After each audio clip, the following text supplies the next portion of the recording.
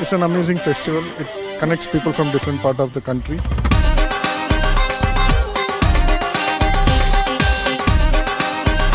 Everyone should come here and enjoy.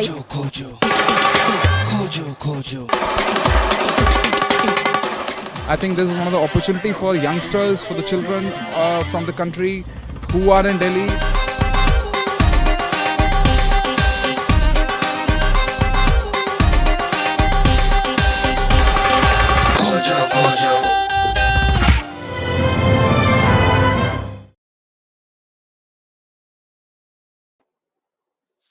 Hi everyone, good evening, good afternoon.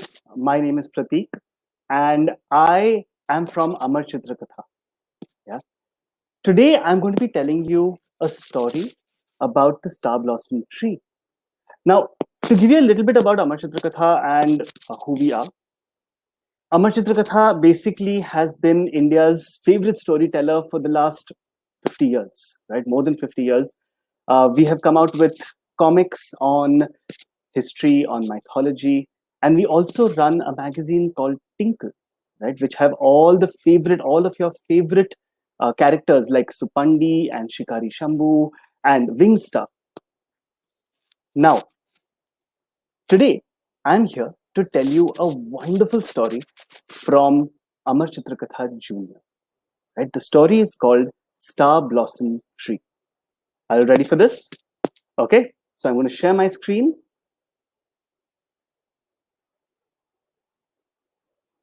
And there we go.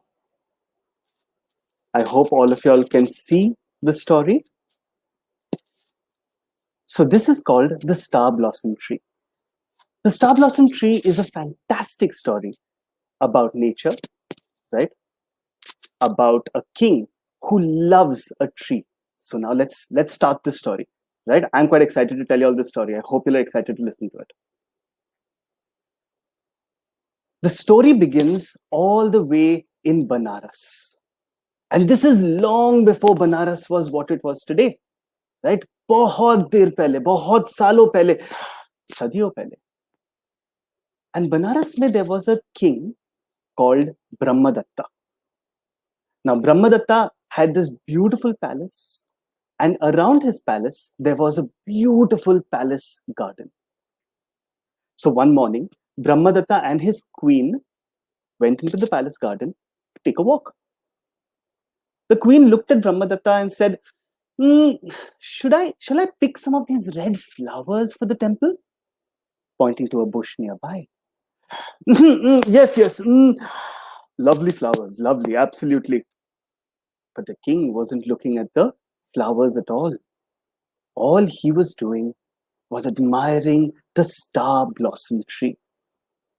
The queen just got upset and annoyed with him. You're not listening to me only. And this was true.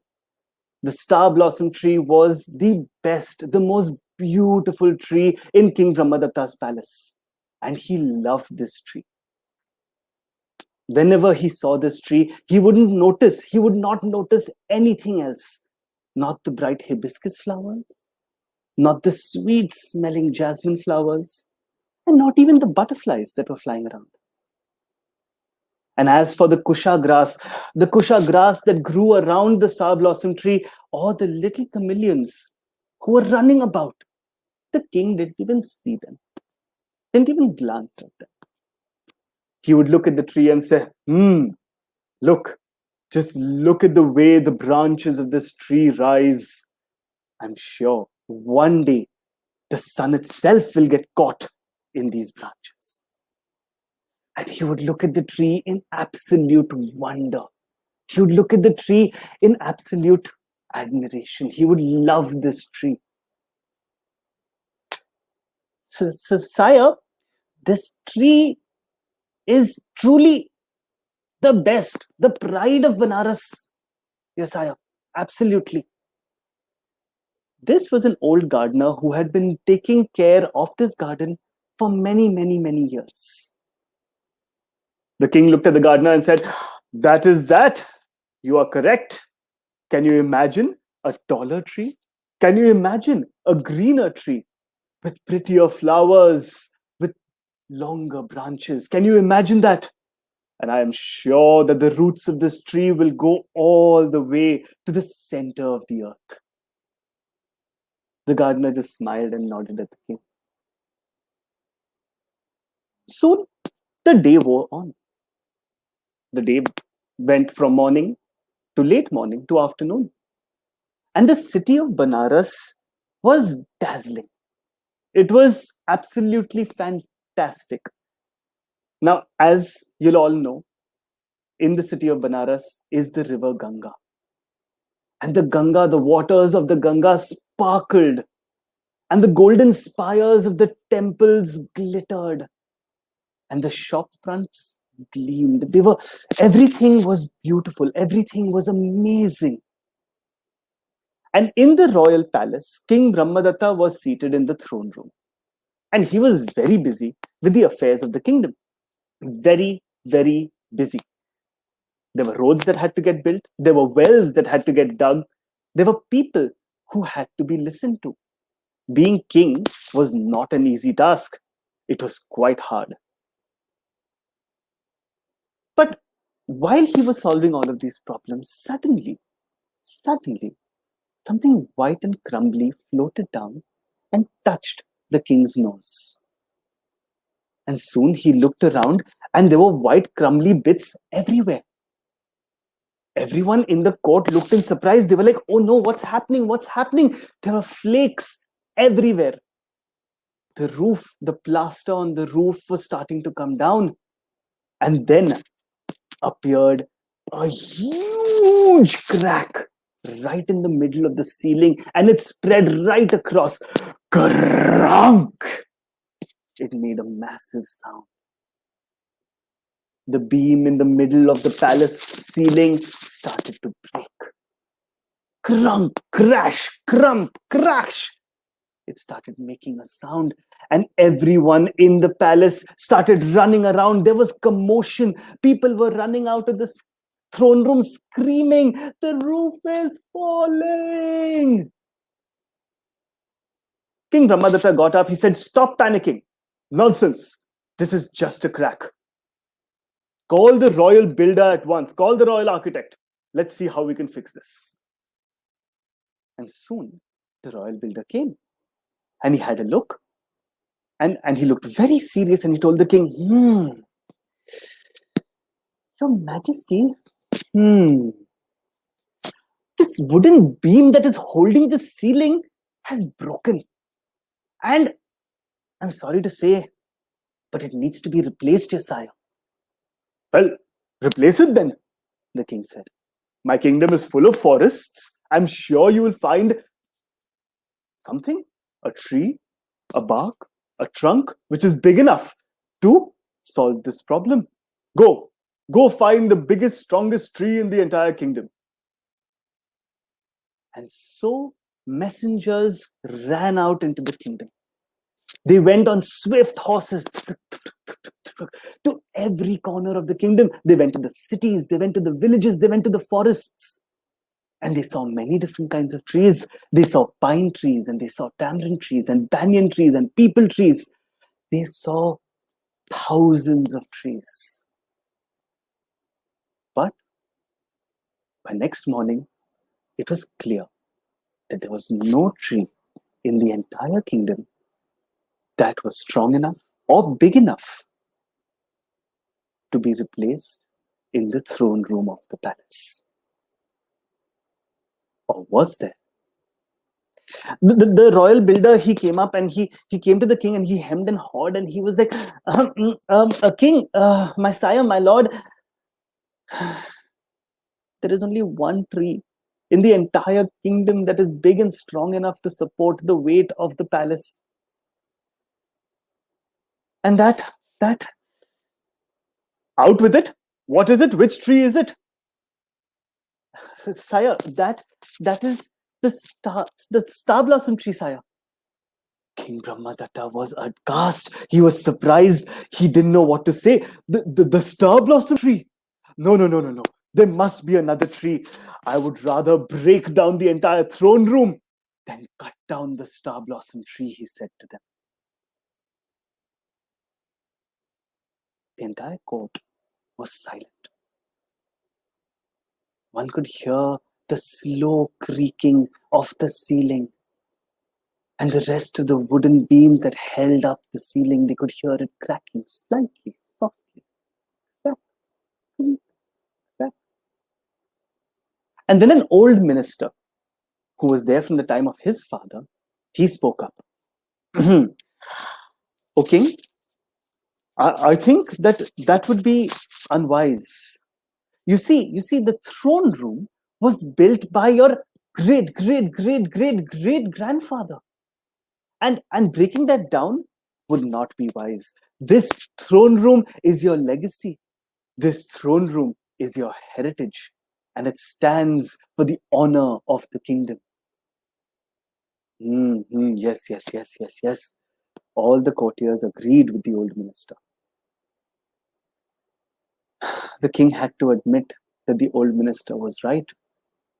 And with a heavy heart, he announced, fine.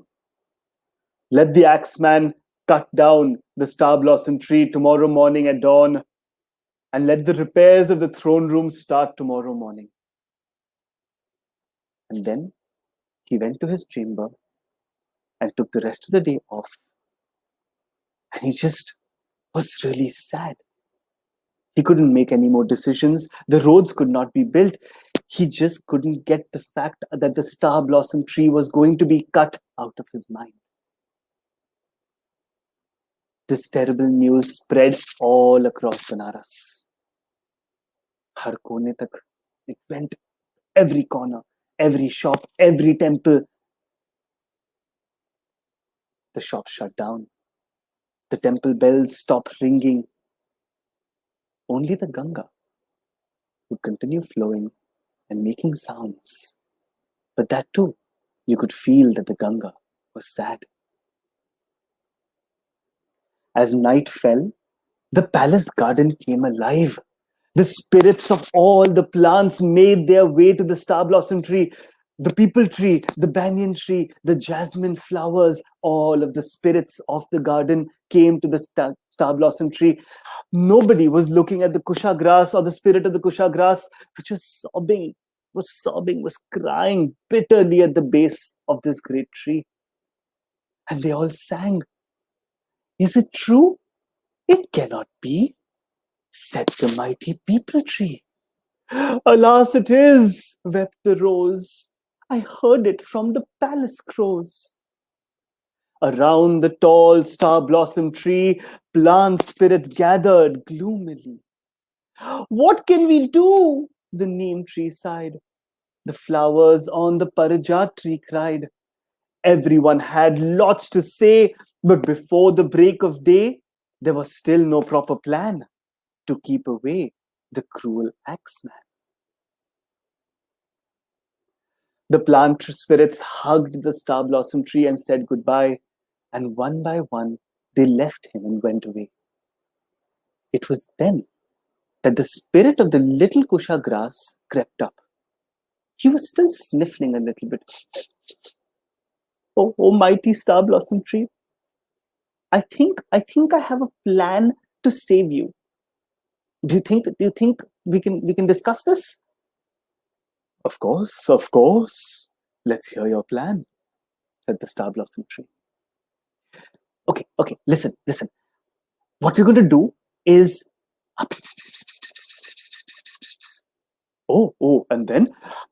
and then what will happen is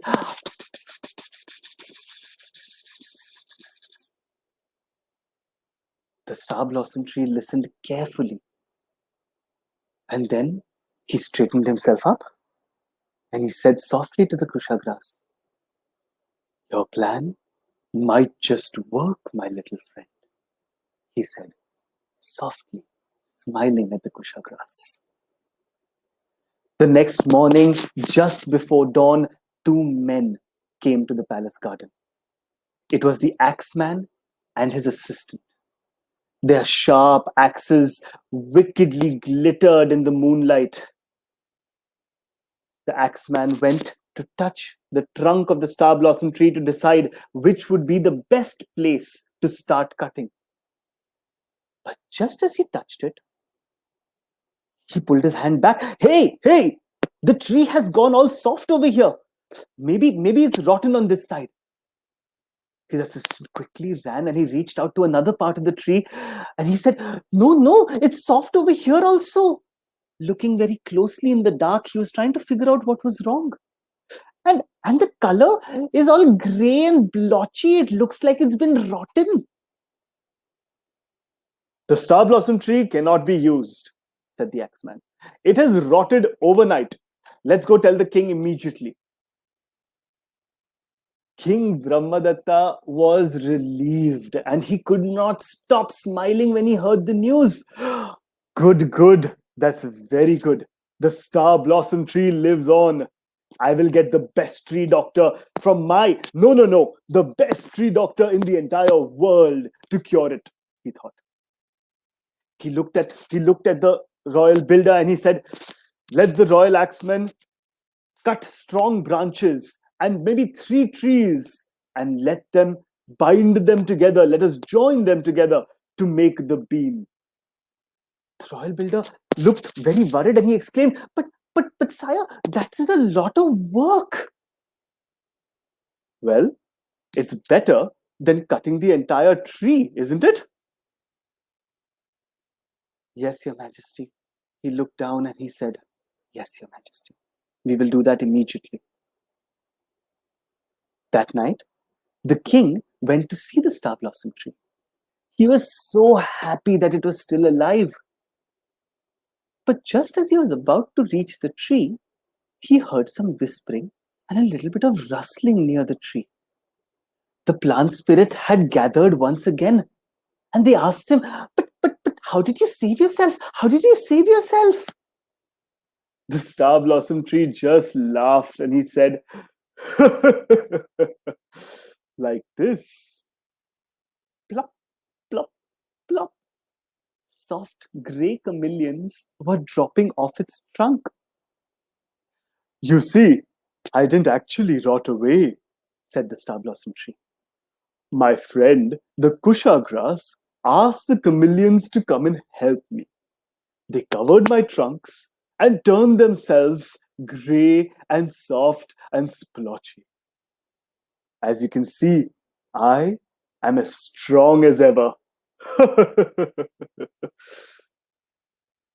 next morning, King Brahmadatta and the queen stopped by the star blossom tree as usual on their walk through the palace garden. But this time, the king's eyes were not on the great tree. Sire, my lord, why aren't you looking at the star blossom tree? Asked the queen. The king just looked at the grass and said, the kusha grass looks so fresh, don't you think? Hardly listening. And these chameleons darting about, they're just so beautiful. The queen stared in surprise as the star blossom tree winked as King Brahmadatta winked at the star blossom tree. And he walked on. And the star blossom tree just smiled back at the king and remained as strong as ever,